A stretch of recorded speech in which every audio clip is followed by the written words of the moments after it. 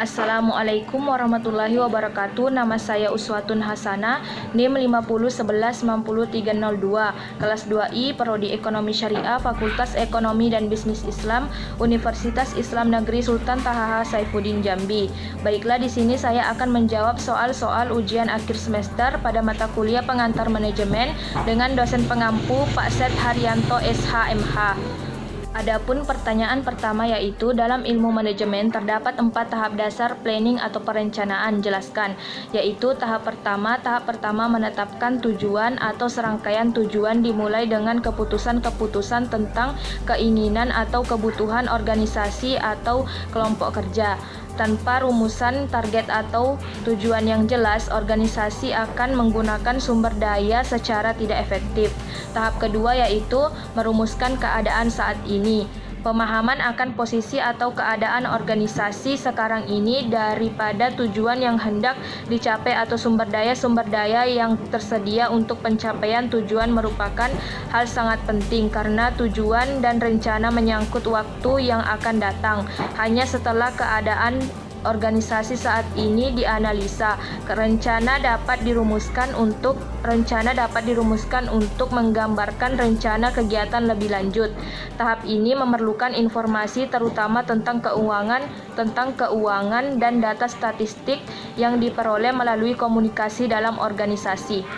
Tahap ketiga yaitu mengidentifikasi segala kemudahan dan hambatan, segala kekuatan dan kelemahan, serta kemudahan dan hambatan perlu diidentifikasikan untuk mengukur kemampuan organisasi dalam mencapai tujuan. Oleh karena itu, perlu diketahui faktor-faktor lingkungan intern dan ekstern yang dapat membantu organisasi mencapai tujuannya atau yang mungkin menimbulkan masalah walaupun sulit dilakukan. Antisipasi keadaan, masalah, dan kesempatan serta ancaman yang mungkin terjadi di waktu mendatang adalah bagian esensi dari proses perencanaan.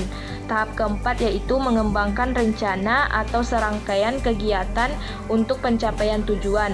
Tahap terakhir dalam proses perencanaan meliputi pengembangan berbagai alternatif kegiatan untuk pencapaian tujuan, penilaian alternatif tersebut, dan pemilihan alternatif terbaik atau paling memuaskan di antara berbagai alternatif yang ada. Selanjutnya yaitu pertanyaan yang kedua. Adapun pertanyaannya yaitu ada beberapa teori tentang motivasi. Jelaskan. Teori-teori motivasi dapat diklasifikasikan menjadi 3 kelompok. Yang pertama yaitu teori petunjuk atau prescriptive theories, menggunakan bagaimana memotivasi para karyawan. Teori-teori ini didasarkan atas pengalaman coba-coba. Yang kedua yaitu teori isi atau content theories, disebut teori kebutuhan atau need theories, adalah berkenaan dengan pertanyaan apa penyebab-penyebab perilaku atau memusatkan pada pertanyaan apa dari motivasi. Teori-teori yang sangat terkenal diantaranya yaitu yang pertama hierarki kebutuhan dari psikolog Abraham H. Maslow. Maslow mendasarkan konsep hierarki kebutuhan pada 2 prinsip. Pertama, kebutuhan manusia dapat disusun dalam suatu hierarki dari kebutuhan terendah sampai yang tertinggi. Kedua, suatu kebutuhan yang telah terpuaskan berhenti menjadi motivator utama dari pelaku. Menurut Maslow, manusia akan didorong untuk memenuhi kebutuhan yang paling kuat sesuai waktu, keadaan, dan pengalaman yang bersangkutan mengikuti suatu hierarki. Yang kedua yaitu teori motivasi dari Frederick Herzberg. Berdasarkan penelitiannya yang dilakukan dengan wawancara terhadap lebih dari 200 insinyur dan akuntan, Herzberg dan kawan-kawannya telah menemukan 2 kelompok faktor-faktor yang mempengaruhi kerja seseorang dalam organisasi. Jadi, menurut penemuannya, para peneliti membedakan antara yang mereka sebut motivators atau pemuas satisfier dan faktor-faktor pemeliharaan atau dissatisfier. Motivator mempunyai pengaruh meningkatkan prestasi atau kepuasan kerja. Faktor-faktor pemeliharaan mencegah merosotnya semangat kerja atau efisiensi. Dan meskipun faktor-faktor ini tidak dapat memotivasi, tetapi dapat menimbulkan ketidakpuasan kerja atau menurunkan produktivitas. Jadi, secara ringkas, penemuan penting dari penelitian Herzberg dan kawan-kawannya adalah bahwa manajer perlu memahami faktor-faktor apa yang dapat digunakan untuk memotivasi para karyawan. Yang ketiga yaitu teori prestasi dari David McClelland. David McClelland dan para peneliti lainnya mengemukakan bahwa ada korelasi positif antara kebutuhan berprestasi dengan prestasi dan sukses. Pelaksanaan McClelland melalui riset empiriknya menemukan bahwa para usahawan, ilmuwan, dan profesional mempunyai tingkat motivasi prestasi di atas rata-rata. McClelland juga menemukan bahwa kebutuhan prestasi tersebut dapat dikembangkan pada orang dewasa. Orang-orang yang berorientasi prestasi mempunyai karakteristik tertentu yang dapat dikembangkan, yaitu menyukai pengambilan resiko yang layak atau moderat sebagai fungsi keterampilan, bukan kesempatan, menyukai suatu tantangan, dan menginginkan tanggung jawab pribadi bagi hasil yang dicapai, mempunyai kecenderungan untuk menetapkan tujuan-tujuan prestasi yang layak dan menghadapi resiko yang sudah diperhitungkan. Adapun kelompok yang ketiga yaitu teori proses atau proses teoris, berkenaan dengan bagaimana perilaku dimulai dan dilaksanakan atau menjalankan aspek bagaimana dari motivasi. Teori-teori yang termasuk kategori teori-teori proses adalah yang pertama yaitu teori pengharapan atau teori Victor H. Fromm. Menurut teori ini, motivasi merupakan akibat suatu hasil dari yang ingin dicapai oleh seorang dan perkiraan yang bersangkutan bahwa tindakannya akan mengarah kepada hasil yang diinginkannya itu. Yang kedua yaitu pembentukan perilaku. Berbagai teori atau model motivasi yang telah dibahas di muka dapat digolongkan sebagai model kognitif motivasi karena didasarkan pada kebutuhan seseorang berdasarkan persepsi orang yang bersangkutan, berarti sifatnya sangat subjektif.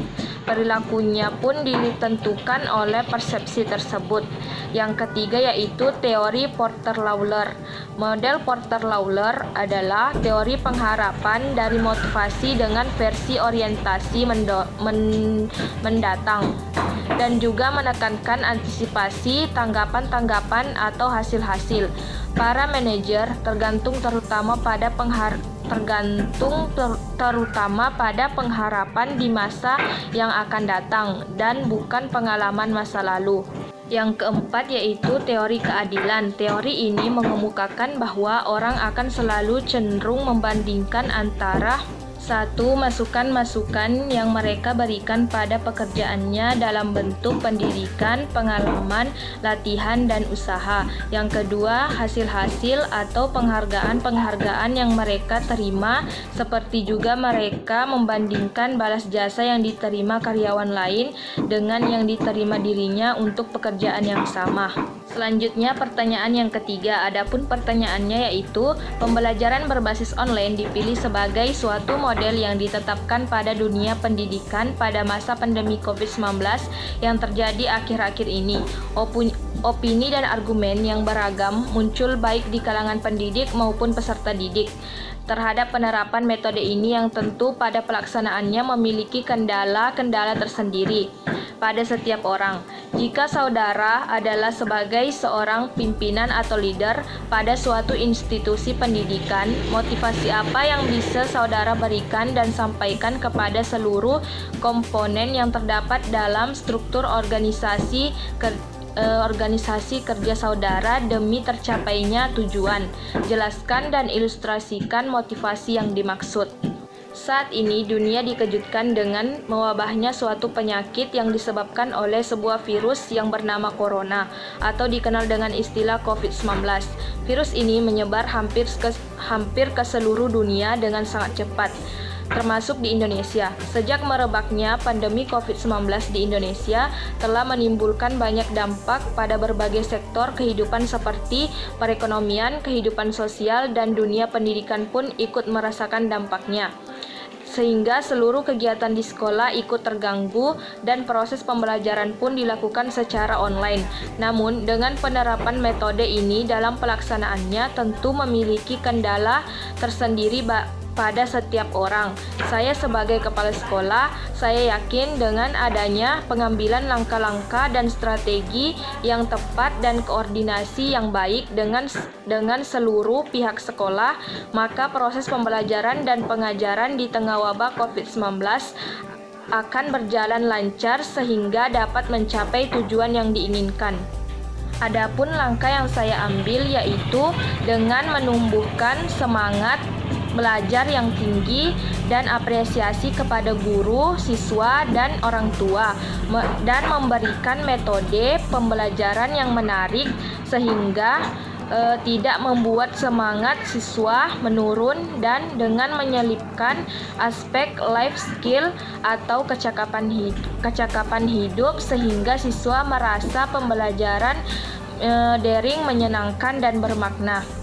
Mendayagunakan seluruh komponen pendidikan dalam rangka menjamin terlaksananya pembelajaran dengan suasana yang berbeda, dengan membuat peta pengajaran yang rinci dan akurat tentang sebaran materi yang akan dilaksanakan atau dibahas selama pandemi COVID-19.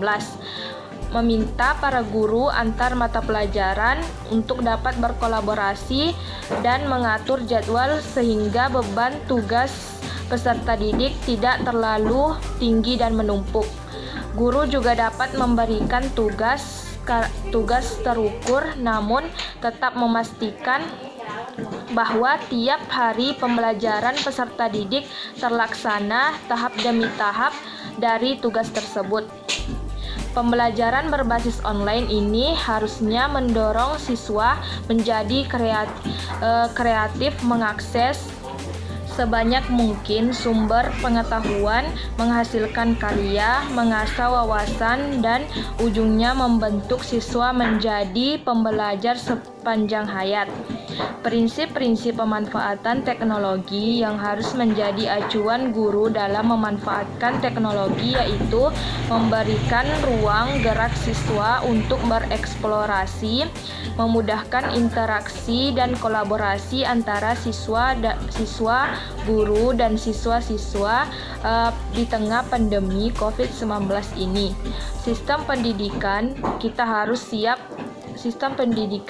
harus siap melakukan lompatan untuk melakukan transformasi pembelajaran daring bagi semua siswa dan oleh semua guru.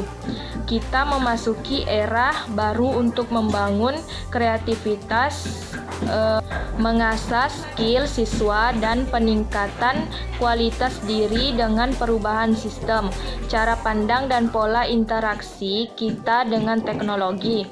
Segenap pemberian motivasi kepada para guru saya sampaikan agar apapun kendala dan permasalahan yang dihadapi oleh guru dapat dibicarakan dengan baik tentang pemanfaatan media daring ataupun solusi yang ingin didapatkan. Demikianlah jawaban dari pertanyaan-pertanyaan ujian akhir semester pada mata kuliah pengantar manajemen. Sekian dari saya akhiri. Wassalamualaikum warahmatullahi wabarakatuh.